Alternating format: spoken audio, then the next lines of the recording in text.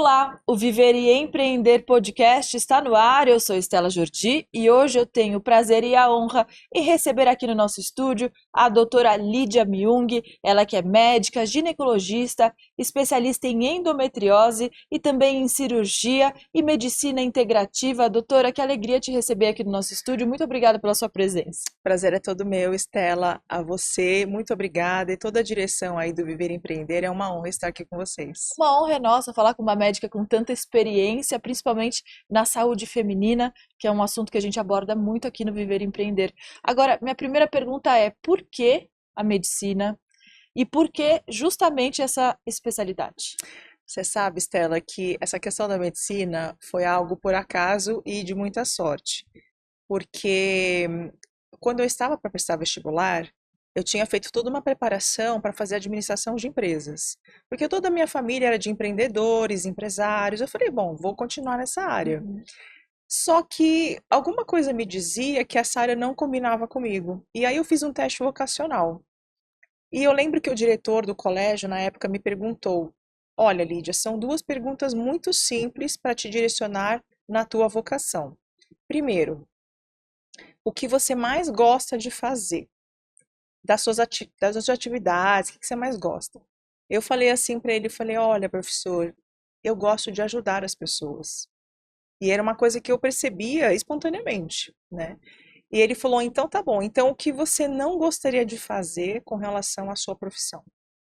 Aí eu olhei para ele e falei assim, olha, eu não gostaria de ter que todos os dias trabalhar pensando apenas no dinheiro.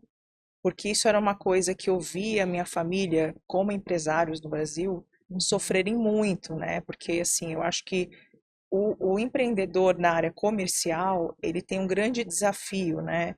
De ter que controlar, às vezes, fatores que não estão totalmente sob o controle dele. E eu também não via propósito na área comercial, sabe? Uhum.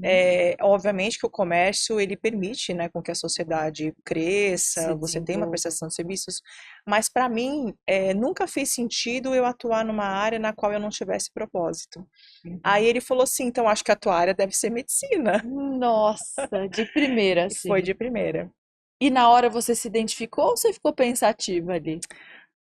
Olha, Estela, eu para entrar na faculdade a gente estuda muito, né? Assim, a Faculdade de Medicina da USP na época, eu não sei como é que é hoje, talvez um pouco menos, porque tem mais faculdades disponíveis, mas eram basicamente três ou quatro faculdades as principais, né? Então todo mundo tinha que entrar nessas quatro faculdades. Sim. E eu lembro que meu pai não deixou muita opção. Ele falou, filha, ou você passa na USP ou você está expulsa da sua casa. Expulsa da É, sua casa, assim, expulsa. na lata. Era na lata.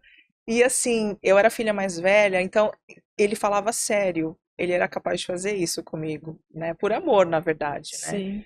Ele achou que estava me dando um certo incentivo, E né? acabou dando E deu da maneira certo, dele. deu certo o E ele é incentivo. médico?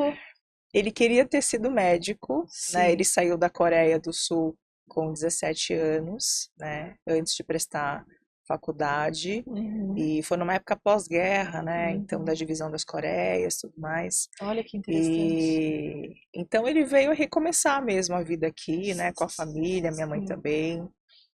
Então eu também tinha um peso muito grande, como primeira filha da família, primeira Uhum. neta, primeira sobrinha, primeira tudo, primeira geração no Brasil, de Uhum. honrar o esforço da família, né? Olha que Então eu legal. carreguei durante muito tempo até hoje toda essa questão da honra, né? De você ter que ser alguém na vida, você ter que vencer, porque os seus ancestrais deram duro para você chegar onde você chegou, sabe? Honrar os Então, seus honrar os ancestrais. esses ancestrais, Muito se fala sobre isso hoje, é um assunto sim, muito em pauta, né, doutora? bastante, né? Muito. Agora, eu gostaria que você fizesse essa relação entre o empreendedorismo e a Hum, medicina. Você que vem de uma família de empreendedores, mas optou por essa carreira maravilhosa que eu admiro demais. Qual é o ponto de intersecção, então, entre empreendedorismo e medicina? Todo médico é empreendedor, ou não, ou deveria ser, enfim. pois é, Estela, você tocou num ponto muito interessante, porque eu acabei de fazer 25 anos de formada. E Parabéns. obrigada. E a nossa maturidade, ela vem com o tempo, né? E eu sempre achei que eu não tinha muito perfil, entre aspas, para empreender, porque eu achava que empreender significaria você fazer dinheiro. Só que, na verdade, empreender não é só simplesmente fazer dinheiro, né? É você ter um propósito na sociedade e que o seu talento na qual você deseja empreender proporcione prosperidade para você, para todos os que estão com você e para a sociedade, Que reverbere o que você né? faz. Exatamente. E na verdade, a medicina, ela necessita de profissionais extremamente capacitados na área técnica e humana também, né? Porque assim, Sim. eu como profissional da área integrativa, eu falo que assim, essa minha capacitação na área integrativa, ela nada mais é do que formalizar algo que eu já possuía de característica, né? Porque em todas as áreas a gente vê profissionais que eles fazem o que eles têm que fazer do ponto de vista técnico, e você também vê profissionais que têm um tipo de comprometimento diferente, que aquela pessoa se importa com o serviço que ela está executando e principalmente com a pessoa que está solicitando o seu serviço, né? Eu acho que é humanizar as áreas profissionais, né? Então, isso não cabe só na área, eu acho que de saúde, né? Em todas as áreas, quando você faz o que você faz com um olhar humano, um propósito, você se colocar no lugar do outro, a qualidade do que você faz é diferente, né? Sem dúvida. Então, nesse sentido, eu acredito muito que o profissional de saúde ele ganha muito se ele consegue ter uma visão empreendedora nesse sentido também, né? Não só fazer bem feito o que ele faz, porque vai ajudar a pessoa. Eu lembro que assim, eu aprendi muito com uma amiga minha chamada Rosângela, porque a Rosângela, ela é especialista em gestão, né, de clínicas. Então, teve uma época na minha formação que eu estagiei com a Rosângela, né? Olha só. Então, eu trabalhava numa clínica que tinha mais de 20 pessoas, entre médicos, funcionários, e eu lembro que o chefe da clínica, na ocasião, que a gente vai falar sobre ele ao longo do podcast, Sim. ele chegou para mim, eu era recém-formada, ele falou assim, Lídia, eu quero que você me ajude na gestão da minha clínica. Uau. Aí eu olhei para ele, Isso você é novinha ainda. novinha, eu falei assim, professor, acho que você está enganado. Eu sou ginecologista e eu estou me formando como cirurgiã de endometriose, né? Você quer que eu fique aqui para gerenciar, gerir, né, assim, participar da gestão da sua clínica, mas eu não fiz nenhuma pós-graduação em gestão. Eu tenho que fazer pós-graduação em gestão para estar aqui te ajudando na gestão? Ele falou: não, não precisa. Você vai estagiar com a Rosângela, que a Rosângela era a gestora. Ela estava fazendo um serviço de orientação, tudo mais. E ele falou assim, Lídia, você não percebe, mas você tem as características mais importantes de uma boa gestora, a liderança, né? Olha. Eu falava assim, você está enganado, eu sou bom de obedecer, não pode liderar não. Ele falou assim, você que pensa, as características mais importantes de um líder é você ser humana e você ter empatia. Ou seja, se colocar no Se lugar do colocar no outro lugar do outro. genuinamente. Genuinamente, sempre foi da minha natureza, né? E quando ele falou isso, eu achei que ele estava só me agradando para conseguir minha ajuda naquilo, entendeu? E aí, de repente, quando eu vi, ele estava me colocando para organizar muitas coisas importantes, que a gente vai falar durante o podcast. Mutirão de cirurgias, né, no Brasil todo, em cidades extremamente pobres e carentes, né? Em que as mulheres talvez nem saibam o que é endometriose. Exato, né? E você levar uma estrutura de uma cirurgia avançada, com toda a tecnologia, você coordenar médicos, alunos para estar fazendo aquilo com você, envolvendo autoridades locais, tem toda uma questão política, né? De você também não não incomodar, né, a comunidade médica local, porque isso é bastante desafiador, né? Às vezes é uma afronta você chegar de fora com um aparato tão Exato. tecnológico. Então a gente tinha que ter a sensibilidade de entender se realmente aquilo ia ser benéfico para a cidade e vice-versa para o projeto, né? E quando eu vi, Estela, eu estava coordenando muitas coisas importantes, né? Eu sempre gostei muito de dar aula. Então, desde que eu era aluna, eu dava muita aula, né? desde que eu tinha 15 anos de idade, eu dava aula particular, né, para quem queria prestar vestibular, para os mais novos, tudo mais. Que bacana. E durante a faculdade eu acabei seguindo essa área acadêmica, até muito influenciada pelo professor Maurício Abrão, né, que foi meu tutor. E, de certa forma, isso foi me ajudando a desenvolver também essa questão muito importante na qualidade de empreendedorismo, né? E eu acho que de sensibilidade mesmo, né, para as pessoas. E como é Hum. empreender na medicina no Brasil? Você tocou num ponto aí nevrálgico, né, da política. Mas sem entrar muito nisso, como que é empreender no Brasil? E você se sente satisfeita como médica e empreendedora ao mesmo tempo? Olha, sim, me sinto muito satisfeita e feliz, porque eu posso, com a minha atividade atual, tanto exercer a minha atividade como médica na prática clínica e cirúrgica, que eu gosto muito, e também eu posso entender como eu posso beneficiar com a minha atitude empreendedora, dar mais oportunidade para as pessoas inclusive, né, Estela, a gente está hoje em dia, inclusive esse podcast acho que simboliza isso. A gente está num momento na sociedade que a comunicação está muito acessível para muita gente, comunicação, informação, né? E, e eu acho isso, eu sou de uma geração de médicos em que você fazer propaganda do seu trabalho era meio que antiético, Mal visto. né? Então, na verdade, a minha geração e a geração dos médicos mais antigos do que eu, a gente sempre teve muita timidez da exposição, porque de certa forma a gente foi treinado para não fazer isso, né? Que as pessoas tinham que procurar a gente, tinham que saber que a gente existe por indicação boca Boca a a boca, boca. né? Só que chegou um momento que eu falei assim, gente, não sei se você sabe, Stella, a endometriose, que a gente vai falar da minha especialidade, ele é uma condição de saúde extremamente impactante em toda a sociedade. Você imagina o que é de 15 a 20% de toda a população feminina ser acometido por uma doença que causa dor pélvica, ausência no trabalho e nas escolas, motivo de muita separação conjugal, infertilidade, isso é uma coisa muito forte. Na verdade, a gente equipara a endometriose como um aspecto epidêmico, equiparado às vezes à diabetes, por exemplo, porque a endometriose é uma condição crônica, E é né? silenciosa porque as mulheres não falam sobre isso também. Na verdade, existem dois aspectos. O diagnóstico da endometriose por imagem, ele é uma conquista que a gente fala com todo orgulho, é uma conquista brasileira. Porque, na Olha que legal. verdade, o Dr. Manuel Orlando, ele foi o primeiro médico no mundo que decidiu entender como fazer esse diagnóstico por ultrassom, porque tinha que ser um exame acessível, né, pensando nisso. Muito por inspiração do Maurício Abrão, ele chegou para o Dr. Manuel Orlando. O que o Dr. Maurício ele percebeu? Que a endometriose ele poderia acometer múltiplos órgãos, inclusive o intestino, que não é da alçada do ginecologista tratar em princípio. Então, como que você vai tratar uma doença que é ginecológica, que acomete múltiplos órgãos, sendo ginecologista?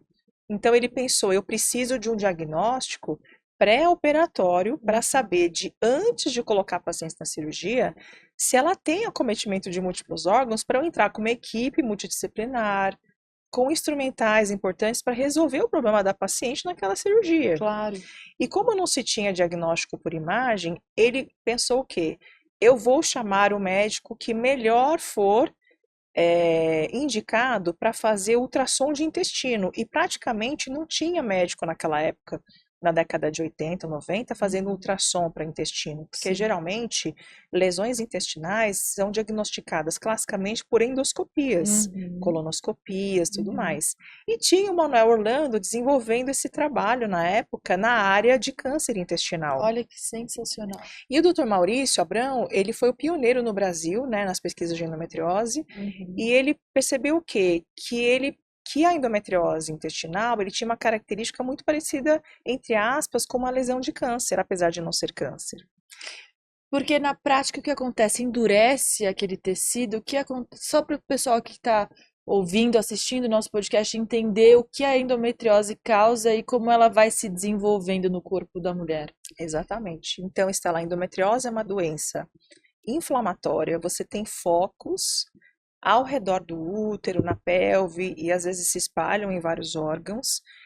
E a gente sabe que a endometriose é essencialmente um tecido inflamatório. E essa inflamação crônica vai fazendo com que os órgãos da pelve e do abdômen, eles tenham aderências muito fortes, parecidas com quando tem um câncer avançado. Só que a diferença é que a endometriose, ela começa na cavidade da pelve e ela vai infiltrando os órgãos. Diferentemente, por exemplo, do câncer intestinal, que ele começa no órgão e vai depois espalhando fora do órgão. Sim. Então, a endometriose é um tecido que começa fora do órgão, na parte externa, e vai infiltrando depois. Por isso que a endometriose intestinal, por exemplo, você não diagnostica na endoscopia e na colonoscopia.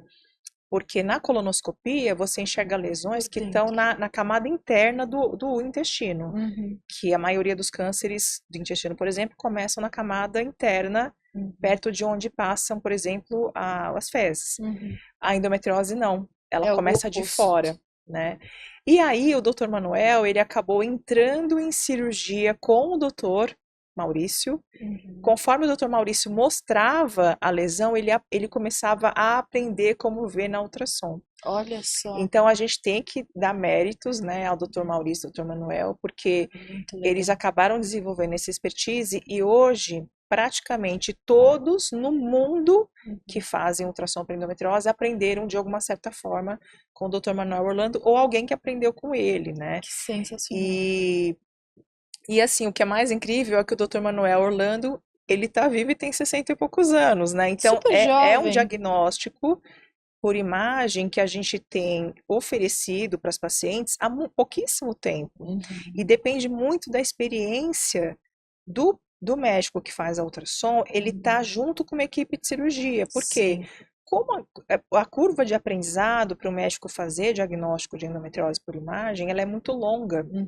Porque você entre tentativas, acertos e erros que você vai melhorando a tua visão e a sua acurácia, que é a possibilidade de você acertar no diagnóstico. Só que se você não tem um cirurgião que olha lá dentro e diz para você, dá o feedback se isso acertou e mesmo. errou, você não melhora.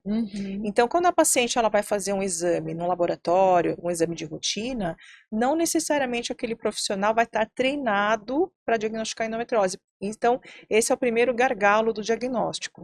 Você precisa ter uma Por isso equipe... é tão caro. Exatamente, porque o profissional, para chegar na capacitação de fazer uma ultrassom para endometriose, ele treinou muito além, né? Porque assim, não é algo que você se capacita na tua formação básica. Eu acho que é mais ou menos nas duas áreas também de comunicação, né? Sim, é no dia a dia, Você na faz, sei lá, prática. graduação em publicidade, comunicação, mas a área que você vai atuar, você tem que acabar estagiando Sim, naquela área de interesse, mais ou menos assim, olha só. né?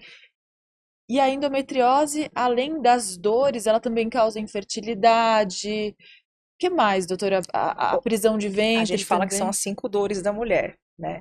Dor de cólicas menstruais. A dor ela começa a se tornar fora do período menstrual também, conforme a doença avança, pela característica de aderência e inflamação. A paciente pode ter dor para urinar e evacuar no período menstrual e eventualmente também sangramento, né?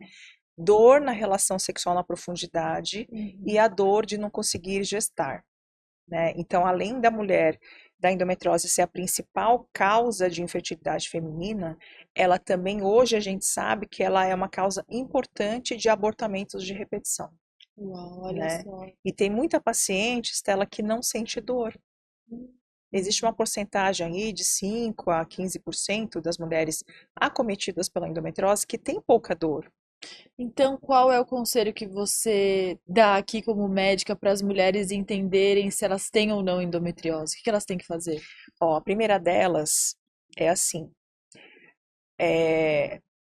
a paciente, ela tem que saber se em algum momento da vida dela, de adolescente até adulta, se ela já percebeu que ela tem dores menstruais. Dores nas relações na profundidade, né? Às vezes a paciente pode ter sintomas muito sutis, como distensão abdominal, muito pronunciada no período ovulatório e na menstruação, Uhum. fadiga crônica, né? E se a paciente ela percebe que está tendo perdas gestacionais de repetição, abortamentos de repetição, e está demorando mais de um ano para engravidar, ela precisa suspeitar disso. Porque muitas vezes, Stella, a paciente ela tomou muitos anos de pílula ou um método hormonal contraceptivo e a endometriose ela fica mascarada, crescendo silenciosamente. Nossa, isso é Então, grave. a gente tem uma preocupação muito grande de capacitar profissionais de saúde que não estão nas áreas da ginecologia, e inclusive o ginecologista geral, para ativamente perguntar como era a sua cólica quando você não tomava pílula. Uhum. Porque quando você toma pílula, está mascarado o É, problema. quando você menstruava de verdade, porque a pílula o que ela faz, né? Ela paralisa o corpo, não é isso, doutora? A gente fala que o sangramento, entre aspas, menstrual da pílula, ela não é uma menstruação. Ela é um sangramento por privação hormonal. Tanto é que as bulas dos anticoncepcionais, eles mudaram, né? Que a mulher, na pausa, ela tem um sangramento por privação hormonal, não menstruação. Porque a menstruação, para ela ocorrer, obrigatoriamente você tem que ter tido o teu ciclo natural, com ovulação, o preparo da parede uterina para engravidar, que é o endométrio. Um corpo funcionando como ele deve funcionar naturalmente, né, doutora? Isso.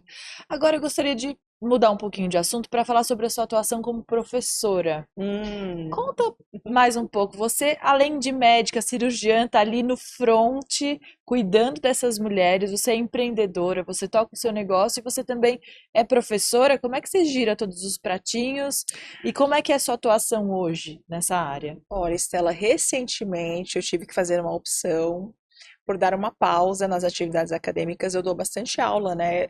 Eu sou muito convidada pelas faculdades de medicina de São Paulo, do Brasil, para dar aulas sobre endometriose, principalmente na área de ginecologia integrativa. Só que eu estou reduzindo a minha atividade acadêmica, aquelas de você toda semana estar lá dando aula. Eu falo que eu fiz isso por muito tempo, né? Por 25 anos. 25 Por 25 anos. Que anos. legal. Lá na Faculdade de Medicina da USP, onde me formei, a gente é muito incentivado na área acadêmica. E eu tenho, assim, no aluno um apreço, um carinho e respeito muito grande, porque eu me vejo no lugar do aluno. Eu sempre tive muita ansiedade de aprender muita coisa, né? E eu sempre fui muito grata a todos os professores que demonstraram algum carinho para me ensinar com intenção, né? Porque a gente sabe que tem muito professor que dá aula porque tem que dar, e não necessariamente por vocação de ensinar, né? Por Então, amor, como se diz. exatamente. Às vezes o professor está lá porque ele entende muito daquele assunto, mas ele não está muito preocupado se você está entendendo o que ele quer dizer. E eu, como aluna, eu sempre tive muita gratidão e respeito por todos os professores que pegaram na minha mão e falaram assim, porque quando você vê alguém da sua área, um professor, que já faz cirurgias e você está começando, você fala, será que eu vou conseguir chegar lá? Parece que é tanta coisa que você tem que aprender, parece impossível, E é muita coisa, né? mas impossível jamais, né, doutor? Né? E então eu sempre gostei muito de ensinar por isso, sempre ensinei com muito amor. Hoje, na verdade, eu vejo os meus ex-alunos casando, e eu atendo muito esposas de ex-alunos ou ex-alunas também, Olha que legal. fazendo parto, né, de bebês que Sim. tem um querido aluno, o Andrei, que a esposa dele engravidou, e aí ele indicou a esposa dele fazer pré-natal comigo e parto. Aí eu pensei, eu tô ficando velha, né, porque eu tô fazendo parto dos meus alunos, Isso dos é filhos dos meus lindo. Isso alunos, é muito lindo. né? Mas eu atuei muito nessa área acadêmica, dando aula para graduação e para residentes. Eu ajudei muito na coordenação do ambulatório de endometriose do Hospital das Clínicas da Faculdade de Medicina da USP por muitos anos, ajudando o Dr. Maurício Abreu nisso. Então, a gente dava muitas aulas para alunos de medicina, residentes, a gente ensinava eles como conduzir uma cirurgia. E, na verdade, o Dr. Maurício, ele sempre teve a preocupação em ensinar muito os alunos, porque ele gosta muito de fazer isso. Uhum. E também colegas, capacitar colegas para também fazer o que ele faz, o que ele começou a fazer de maneira pioneira, né? Porque ele foi o que desenvolveu o método, cirurgia, diagnóstico e tal. E eu falo que eu tive sorte, né, do universo, de ter sido uma das pupilas dele, né? Então, ele foi meu tutor, meu professor por 30 anos aí da minha jornada. Ele literalmente pegou na minha mão, me ensinou quase tudo que eu sei hoje, Que legal. Sempre né? trabalhando em conjunto. Sempre, desde aluno, ele me dava oportunidade para participar das cirurgias, das pesquisas clínicas, das reuniões científicas. Ele sempre me incentivou muito isso, sou muito grata, né? Ele que é É, pioneiro no Brasil ele que e... é pioneiro no Brasil. Então, eu falo assim, eu sou a primeira geração herdeira de Maurício, né? Então, Uau! e falando nesse sentido, Estela, falando um pouco nessa pauta também do feminino, né? Assim, a gente sabe que as áreas cirúrgicas para as mulheres, tradicionalmente, as mulheres tiveram muito pouca oportunidade de se desenvolverem nas áreas cirúrgicas no mundo todo. Na medicina, quando eu entrei na faculdade, nós éramos 3 colegas homens para uma mulher. Hoje a gente sabe que está quase igual ou até mais mulheres na faculdade de medicina. Mas nas áreas cirúrgicas, as mulheres elas sempre não tiveram tanta oportunidade, eu acho até porque mulheres elas optam, né, por engravidar, por casar, por constituir família. A mulher ela tem uma tarefa na sociedade, na família diferente, além do profissional, que elas precisavam seguir a questão de cuidar dos filhos, cuidar da família, cuidar da casa. Ainda é assim, mas até na minha geração, Estela, você quase não via mulheres optando por não casar, não constituir família, não ter filhos. É praticamente estranho uma mulher falar que prefere a carreira do que constituir uma família, porque eu lembro que durante as minhas entrevistas para me capacitar nessas áreas, eu fui muitas vezes questionada por professores homens, mas você é casada? Mas Tem você vai querer certeza? engravidar? Você tem um método contraceptivo seguro? Que se você engravidar, você não vai conseguir terminar o treinamento. Você sabe que é muito difícil, né? É uma dedicação Isso na entrevista para uma 100%. vaga, Ou seja, né? tirando a sua capacidade, Não, diminuindo um pouco a sua não, e na capacidade verdade, também. Stella, eles não estavam perguntando nada sobre minha capacidade técnica e meu Sim, currículo. sim. Eles estavam preocupados se eu era casada e se eu tinha um método contraceptivo seguro, né? E ainda perguntaram assim, mas o seu marido é rico? Ele vai conseguir te sustentar? E o que você respondia? Não, eu fiquei, sinceramente, na entrevista, você estava sendo testado em todos os sentidos. Sim. E eu sempre fui uma pessoa que respeitou muito hierarquia e respeito até hoje, independente da questão moral de quem está me perguntando. Porque eu Uhum. acho que uma pessoa, independente se é homem ou mulher, que faz esse tipo de questionamento, ele está te coagindo, né? Está te perguntando das suas habilidades, não está perguntando das suas habilidades Não. como médica, Tá como questionando a sua cirurgiã. condição humana. Exatamente, né? E eu lembro que eu falei assim: olha, vocês podem ficar tranquilos, eu coloquei um DIU que dura 5 anos e eu posso provar que ele está bem posicionado e eu não vou querer ter filhos. Quer dizer, eu tive que ficar me justificando que eu podia ocupar aquela vaga, Sim. né? Olha, E, descredencia você na como médico. verdade, Estela, assim, de cirurgiãs mulheres de endometriose em São Paulo, eu vou dizer que assim, uma das pioneiras foi a Rosa Neme, que também foi pupila de Maurício por muito tempo. Ela empreendeu, a Rosa Neme, eu admiro muito a Rosa, né? Porque ela realmente, e ela, por exemplo, optou, né, por casar e maternar mais tarde por causa disso, né? E qual é o preço de você optar por construir uma família mais tarde, no caso da mulher? E eu atendo mulheres todos os dias que elas entram em colapso na minha frente, ficam chorando, por quê? Elas falam assim, Lídia, nunca ninguém me avisou que investir na minha carreira e na minha profissão, na minha identidade como pessoa na sociedade, fosse me custar o preço de uma infertilidade por idade. Porque a principal causa de infertilidade de toda mulher é a idade. Sim, E após se os 35 fica muito mais difícil. muito mais difícil. O E é algo corpo que já não não é se fa mais o mesmo. porque o óvulo, ele vai perdendo a qualidade de gerar um embrião de qualidade. Uhum. E o estoque de óvulos também, porque a gente só perde, não é isso? Na verdade, o estoque, Stella, ele é muito importante para quem quer fazer um tratamento de fertilização in vitro, porque você precisa Uhum. de quantidade. Uhum. Mas para uma gestação natural, que você precisa só de um óvulo, a quantidade não Não importa, importa, mas a qualidade referente à idade. Isso é um claro. grande equívoco que muitos profissionais ginecologistas e pacientes, elas querem medir a fertilidade com o exame de sangue, quando na verdade o exame de sangue não mede fertilidade, ela não mede capacidade de gestação natural, Uhum. ela mede quantidade E não a e não a qualidade. qualidade. Então, na verdade, para uma gestação natural, o que importa é a qualidade, que Sim. tem tudo a ver com a idade, com uma questão integral da tua saúde, no sentido, se você tem o seu estilo de vida, se você tem um estilo de vida pró-inflamatório na questão da alimentação, nos hábitos, Uhum. porque toda uma questão de inflamação hoje em dia, Estela, é, tem muitos casais jovens que não conseguem engravidar por inflamação. Explica pra gente então, doutora, o que é medicina integrativa, já que você tocou nesse ponto. Pois é, Por que você foi para esse lado? Para mim fica bem claro, mas explica aqui para quem está ouvindo e para quem está assistindo. tá bom. Bom, por que que eu fui para esse lado? É, quando eu tinha 42 anos, minha saúde estava dando sinais de colapso. Eu estava tendo várias condições que eu nunca tinha tido antes de saúde. Por exemplo, síndrome do intestino irritável, fibromialgia, psoríase, que é uma condição autoimune. Uhum. E aí, Estela, é interessante, porque assim, apesar de ser uma médica com formação tradicional, eu nunca gostei de tomar remédio. Uhum. Porque eu pensava, por que que eu vou tomar remédio para uma coisa que não trata a causa?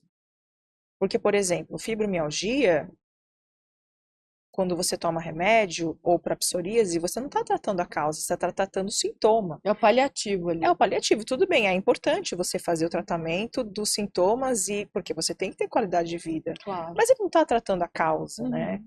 E tem aquela velha concepção da medicina tradicional, fibromialgia não tem cura, Uhum. psoríase não tem cura. E aí eu fiquei pensando, por que que eu vou tomar um remédio para algo que não tem cura? Uhum. Então eu fui buscar um tratamento na acupuntura, Uhum. porque fui buscar uma referência, né, aqui em São Paulo, de acupuntura, e aí eu fui nesse acupunturista, inclusive ele foi o acupunturista que trouxe a acupuntura para o Brasil em 1983. Uhum. Ele é presidente internacional de sociedade de acupuntura, ele é acupunturista de muitos pacientes notórios, presidente, Oscar do Basquete, tem um pessoal importante que ele atende. Olha que E bacana. eu fui Adoro nele, acupuntura, eu sou fui nele, suspeita. né? Eu fui nele e falei, bom, ele vai saber resolver meu problema sem precisar tomar remédio. Uhum. Aí quando eu cheguei lá, sem ele perguntar, Estela, Uhum. ele não perguntou o que eu fazia, não perguntou o que eu sentia, não perguntou nada. Uhum. Ele simplesmente viu a minha língua, meu pulso, olhou para mim e ele falou: Filha, eu acho que você chegou tarde demais para tratamento. Aí eu, E você trabalhava muito nessa época já? muito, Demais, não parava. muito. Eu olhei e falei assim: Como assim tarde demais, né? E eu pensei: será que ele tá querendo me impressionar? Mas eu pensei: não, ele não tem por que querer me impressionar, ele nem sabe quem eu sou, ele não precisa disso, né? Uhum. Ele falou: Filha, eu não sei o que você está fazendo da sua vida, mas o seu sistema imunológico está em total colapso e você é muito jovem para isso. Eu tenho medo que você possa ter um câncer em 6 meses. Aí eu olhei assim para ele, na hora eu senti raiva, né? Porque Uhum. eu falei: gente, qual que é o De objetivo onde dele ele ficar me tirou? gourando desse jeito, né? Uhum. Aí eu falei: doutor, mas eu não entendo. Ele falou: você tá incomodado com o que eu falei? Tô chateada, tô com raiva, na verdade. Ele falou: por quê? Eu falei: o senhor nem perguntou quem eu sou, o que eu faço, qual é o meu estilo de vida. Ele falou: tá bom, eu não te perguntei, mas eu sei, você quase não dorme. Você deve exercer alguma atividade de extrema alta performance que você se exige ao máximo. Provavelmente você se alimenta mal. Eu não sei o que que você faz, mas assim, coisa boa não é, e por muito tempo. Aí você parou pra Aí eu olhei assim pra raciocinar. ele e falei: não, doutor. Ele falou: tá bom, então você me diga, por que você acha que você pode não ter um câncer em 6 meses? Eu falei: ó, primeiro porque eu sou jovem, Porque, assim, quando a mulher faz 40, 42, a gente fica desesperada porque a gente quer ter certeza que seremos jovens para sempre. Uhum. Toda mulher passa por isso, né? E eu tava numa fase de não aceitar que eu tinha feito 40, 40 e pouco, né? Uhum. E aí, o que que eu fazia, Estela? Eu trabalhava das 3:30 da madrugada, 4 da madrugada, até umas 8:30, 9 da noite. E eu ia treinar arte marcial à noite até umas 11:30 da noite, Meu Deus, né? haja energia, hein, Né? doutora? E aí eu chegava em casa e acordava 3 da manhã, né? Frequentemente não jantava, não almoçava. Durante quantos anos isso, doutora? Olha, Estela, eu acho que pelo menos 18 anos. 18, 20 anos, né? E aí ele falou, tá bom. Eu falei, primeiro que eu sou jovem, segundo que eu faço exercício, eu não como besteira, Uhum. né? E eu não tenho ninguém na família com câncer. Uhum. Então, eu não acho que eu vou ter câncer. Você está enganado. Aí ele falou, tá bom, mas eu acho que você deve ter alguma condição de dor crônica, seus músculos estão doendo, sua pele está descascando. Ele começou a falar o que eu estava você sentindo. Meu Deus, cadê o telefone desse homem, doutora? Vamos lá, vamos lá. Aí, Estela, eu olhei, eu falei, meu Deus, né? Ele falou, eu falei, tá bom, doutor, eu entendi, mas eu só quero que o senhor me faça acupuntura para eu melhorar dos sintomas. Eu respeito o que o senhor falou, mas assim, eu acho que eu não vou ter câncer, então me trata aí que vai dar tudo certo. Ele me tratou, fiquei ótima. Uhum. Eu fiquei rapidamente recuperada da fibromialgia, da psoríase, do intestino irritável, fiquei muito bem. Falei, tá vendo? Tá tudo certo. E aí, quando eu ficava um tempo sem fazer acupuntura, ficava mal de novo, voltava nele e tal. E ele falava assim, Lídia, você não entendeu que se você não entender o que está te levando a ficar doente, você não vai parar de ficar doente. Você tem que tratar a causa. A raiz. Toda doença tem fundo imunológico. E se você não dorme, se você vive estressada, e outra coisa, né? Como eu gostava muito de arte marcial, de Kung Fu, eu escolhi ele também, porque além de acupunturista, ele era mestre em Kung Fu, né? Olha. Então ele falou assim, outra coisa, Kung Fu não é bom pra você. Aí eu olhei pra ele, eu comecei a chorar, eu falei, mas mestre, o senhor é mestre em Kung Fu. Como assim? O senhor sabe que Kung Fu faz bem? Ele falou, pra você não. Sabe por quê? A sua vida já é um Kung Fu. Você precisa do outro Se lado. você tá super yang, que no conceito da medicina oriental, o yang é você tá com muita energia ativa, né? Que a gente fala energia entre aspas masculina, que não tem a ver com gênero, tem a ver com a natureza, né? Da força. Uhum. Uma mulher, ela adoece muito mais que o homem quando ela é muito yang, porque a natureza dela deveria ser yin, né? Então ele falou, Lídia, a sua vida já é Kung Fu, então você tinha que fazer exercício, Tai Chi Chuan, yoga. Eu falei, mas eu não aguento. Ele falou, eu sei. Você não aguenta porque você está extremamente fogo, né? E cuidado que isso leva a câncer, né? E aí, Estela, resumindo a história, em 6 meses tive câncer. Ele estava certo. E como foi essa fase? O que você traz dessa fase difícil? Se você quiser contar Não, aqui pra Estela, gente. quando eu fui diagnosticada com câncer, eu tava de muleta me recuperando de uma fratura de tornozelo por excesso de treino. Kung Fu ainda. É, porque obviamente eu não obedeci ele, né? E quando eu voltei nele chorando de muleta, ele falou assim, você tá com câncer de mama, né? Eu sabia já. Aí eu comecei a chorar muito. Em que ano isso, Muito. doutora? 2018. 2018. Chorei muito. Aí ele falou assim, filha, deixa eu te perguntar uma coisa. Você quer provar o que pra quem? Nossa, eu só chorava. Ele falou assim, agora que você tá doente, você acha que você é insubstituível?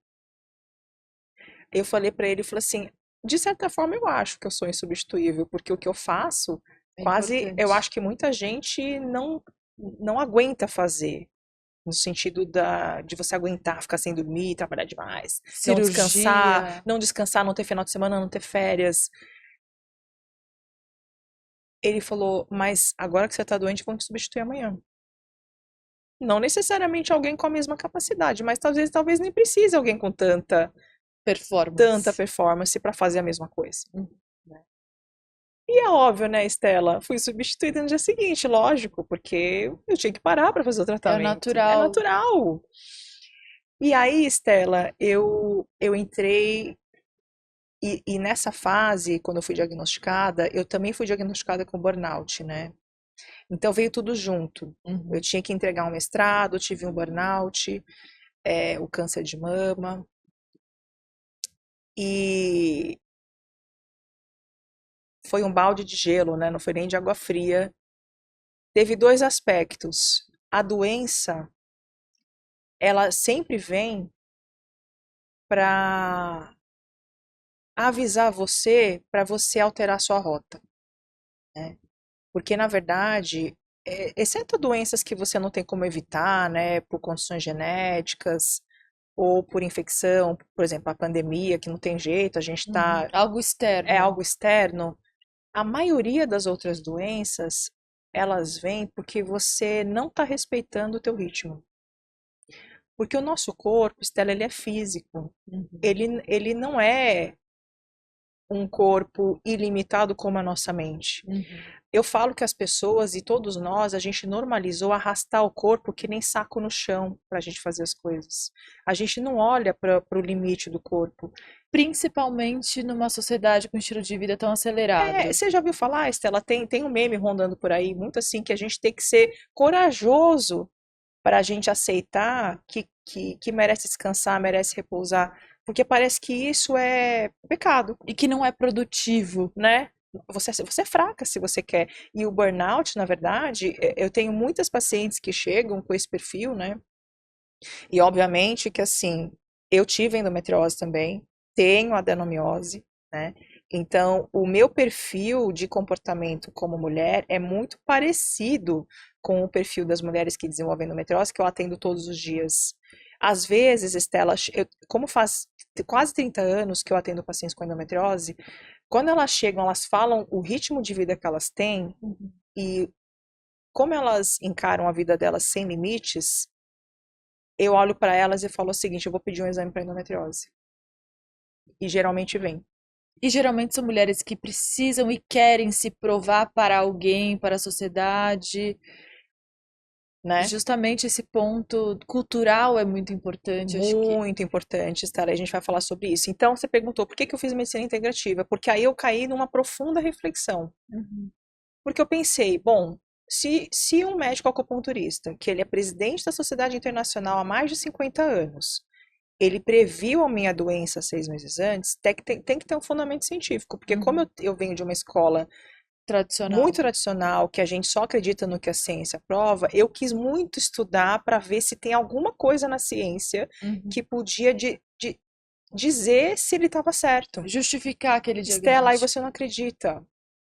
Quando eu fui pesquisar isso, eu vi que já tinha pesquisa médica nessa área, que é na ciência neuroimunoendócrina, né? Que no Brasil ainda se falava muito pouco. Só que já, as pesquisas nos Estados Unidos já estavam muito avançadas. E era um pessoal sério de Harvard. Não era uma faculdade alternativa, entendeu? E aí eu comecei a estudar e eu comecei a ver que os artigos científicos eles já eram muito categóricos em dizer que o estilo de vida em alta performance, você tem uma liberação de cortisol em altíssimas quantidades no corpo que a médio e longo prazo colapsam o teu sistema imunológico. É óbvio que você vai ter câncer. E a endometriose, ela também tem origem imunológica. E você quer saber uma coisa muito interessante, Stella? No meu mestrado, eu quis entender por que as pacientes que tinham endometriose intestinal mais grave, o que elas tinham de diferente das pacientes que tinham endometriose mais leve. Então, eu estudei a expressão genética e a proteína dessas pacientes que tinham a forma mais grave. E você não sabe, essas mulheres que têm endometriose mais grave, elas expressam as mesmas proteínas dos genes dos piores tipos de cânceres. E a gente sabe que a paciente com endometriose, ela tem muito mais chance de desenvolver câncer de intestino, ovário e mama. A paciente com endometriose, ela tem muito mais chance de fazer câncer de tireoide, doenças autoimunes da tireoide, doenças autoimunes em geral e síndrome do intestino irritável, né? E aí, me perguntaram na conclusão do mestrado, Lídia, que conclusão você tira?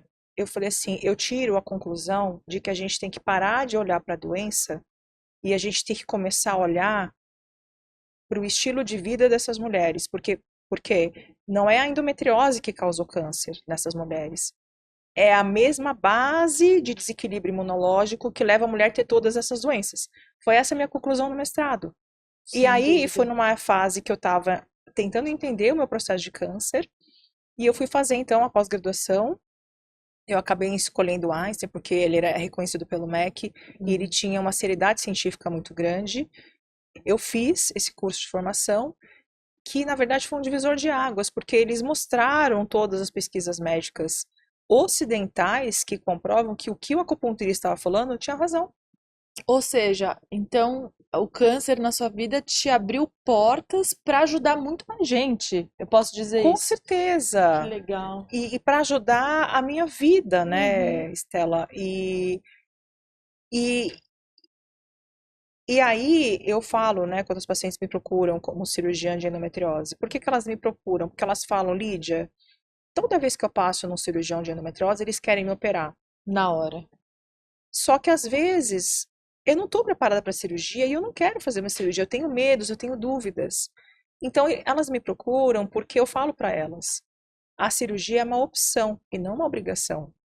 Quem tem que querer operar é você. Uhum. Eu, como profissional, eu tenho que te entregar os motivos pelas quais você pode escolher por um caminho ou por outro. O que acontece se você escolher uma rota ou a outra? Apresentar as Apresentar o possibilidades. cardápio de opções, porque na visão da medicina integrativa, Estela, Uhum. a saúde pertence ao indivíduo e não ao profissional de saúde. Entendeu? Qual é a sua missão como médica, doutora? A gente está aqui, infelizmente, com o nosso tempo já Ah, acabando. Eu quero que gente! você volte, porque eu tenho milhares de perguntas sobre endometriose, quero saber mais sobre você, sobre sua história. Mas deixa aqui, qual é a sua missão, sua principal mensagem hoje neste podcast? Em tempos de senhor Google, vamos buscar na fonte, vamos buscar com os médicos que estudam, que estão no mercado há tanto tempo. Gente como a doutora Lídia Myung, que está aqui, que é uma professora da USP, tão importante. Nossa, eu tenho conhecido tantos médicos que trabalham também na sua área e eu tenho me encantado. Mas deixa aqui sua mensagem, doutora. Bom, vamos lá. Gente, eu tenho 3 propósitos, né? O primeiro propósito é ajudar pacientes da sociedade e colegas a diagnosticar o mais precocemente possível a endometriose, para que a gente possa ajudar essas mulheres a ter menos sequelas possíveis ao longo desse acompanhamento. Tanto na parte de dor, perda da qualidade de vida, evitar com que a doença chegue num grau tão avançado que você tem que remover órgãos e evitar um quadro de infertilidade irreversível. O meu segundo propósito, ajudar a sociedade, os médicos, os pacientes a compreenderem que atrás da doença da endometriose você tem muito a olhar para o estilo de vida, para como a paciente conduz os limites dela com relação à saúde e autocuidado, que são os pilares da saúde, que a gente vai falar numa próxima oportunidade, que são os pilares da saúde integrativa. E terceiro, é ajudar as mulheres para que elas se amem mais, que elas se preservem mais, para que elas se conheçam mais, para que a gente tenha chance de adoecer menos. Porque para que a gente vive, Estela? A gente vive para sentir felicidade, ter um propósito para realizar. E, na verdade, a gente está perdendo um pouco o rumo das coisas hoje em dia na vida. A gente trabalha tanto, a gente está tão acelerado que a gente nem sabe o que está fazendo e para quê. Vira uma máquina. Vira uma máquina, um robô. Né? Então, deixa a parte automática para os robôs que já estão invadindo a nossa sociedade, Sim. que inclusive acho que pode ajudar bastante a gente a repensar a nossa qualidade de vida. Muito obrigada pela oportunidade. Muito obrigada a você, doutora. Foi uma aula, uma delícia esse papo, eu amo. Com certeza a gente vai voltar a se ver, a se falar. Obrigada pela sua presença. Foi incrível esse podcast. Obrigada. Lídia Myung é o nome dela, ela que é médica, ginecologista, especialista em medicina integrativa, endometriose. Você que ficou aqui até agora, muito obrigada pela sua audiência e companhia e até uma próxima. Tchau!